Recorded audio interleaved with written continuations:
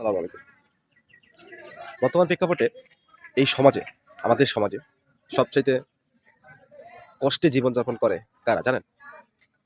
সেটি হলো একমাত্র স্কুলের যে শিক্ষকরা। প্রাথমিক, মাধ্যমিক বলেন, আপনি যেভাবেই বলেন, তারা খুব কঠিন জীবনযাপন করে। কেমন?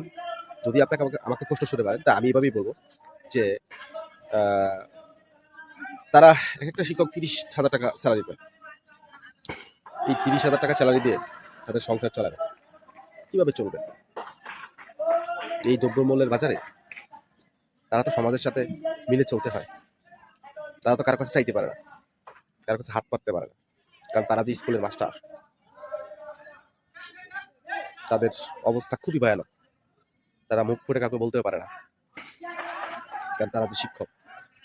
আমি তাদের এই পেশাকে সম্মান জানাই, কারণ তারাই আমাদের জাতি গড়ার কারিগর। কিন্তু আমাদের উচিত তাদের পাশে থেকে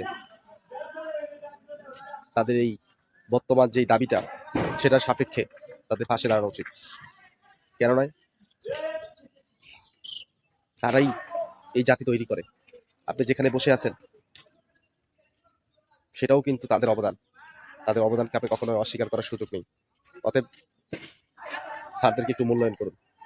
তাদের কথা চিন্তা করে তাদের সকল দাবি দেওয়া যেটা আছে, সেটা মেনে নেওয়ার জন্য এই সরকারকে জোর দাবি জানাই, এবং তাদের প্রাপ্য সম্মানটুকু তারা যাতে পায় সেভাবে ব্যবস্থা করা উচিত।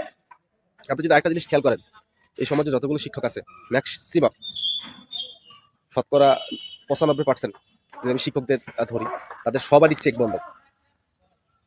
আমি সরকারকে অনুরোধ জানাবো, আপনি যদি অনুবীক্ষণ যন্ত্র দিয়ে বের করেন, 95 নিচে আসবে না। অতএব তাদেরকে একটু সম্মান করুন। তারা যাতে সুন্দর একটি জীবন, তারা ভবিষ্যতে সুন্দর একটি জীবনযাপন করে জীবনের শেষ সময়টুকু শেষ করতে পারে। আমি সরকারের সহযোগিতা কামনা করি।